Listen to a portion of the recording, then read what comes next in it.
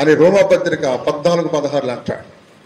14:16 రోమాపత్రిక, మీకున్న మేలైనది దూషణ పాలు కలనీకము దేవుని రాజ్యము భోజనమును ప్రాణము కాదు కాని నీతియు సమాధానము పరిశుద్ధాత్మని.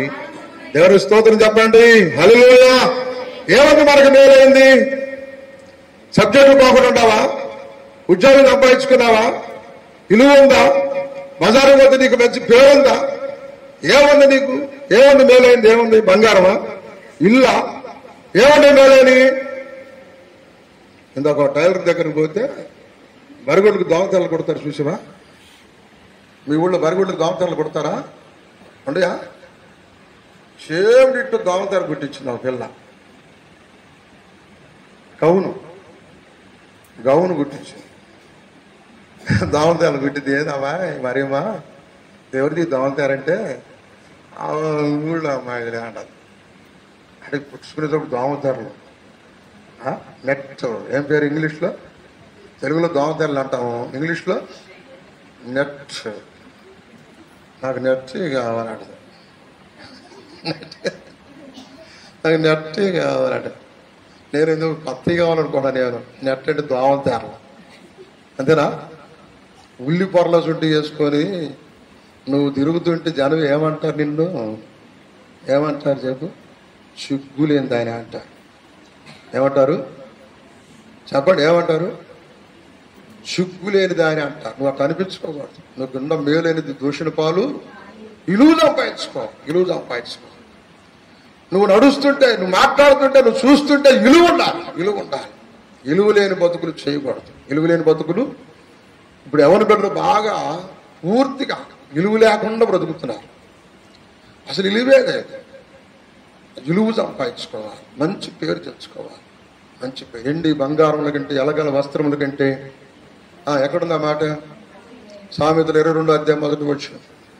సామెతల గ్రంథం 22:1.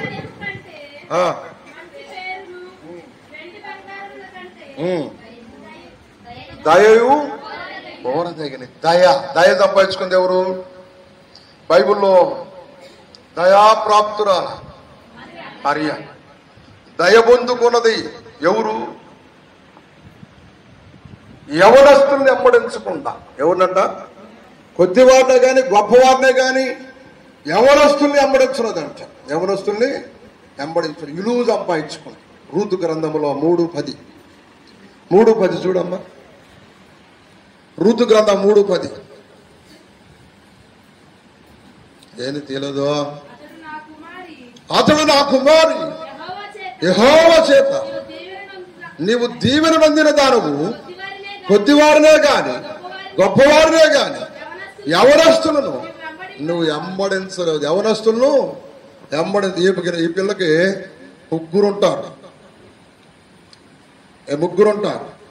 నా ఫ్రెండ్స్ హాస్టల్లో ఫ్రెండ్స్, స్కూల్లో ఫ్రెండ్స్, కాలేజీలో ఫ్రెండ్స్, పొలంలో ఫ్రెండ్స్, అందరూ ఫ్రెండ్స్. మన పుట్టినరోజు అప్పుడు మెయిన్ రోడ్లో, నడి రోడ్లో పెట్టుకొని కేక్ కట్ చేస్తారు. రాత్రి 11:59 ఎప్పుడు? రాత్రి 11:59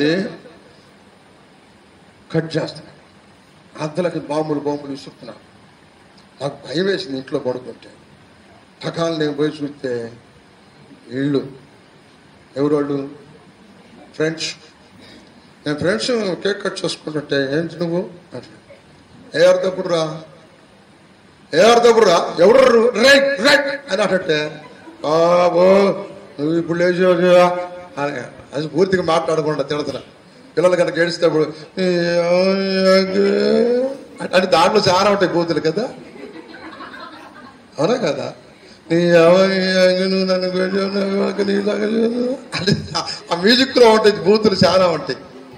ఈడు కూడా 12:59 కట్ చేస్తా నన్ను తిడుతున్నాడు.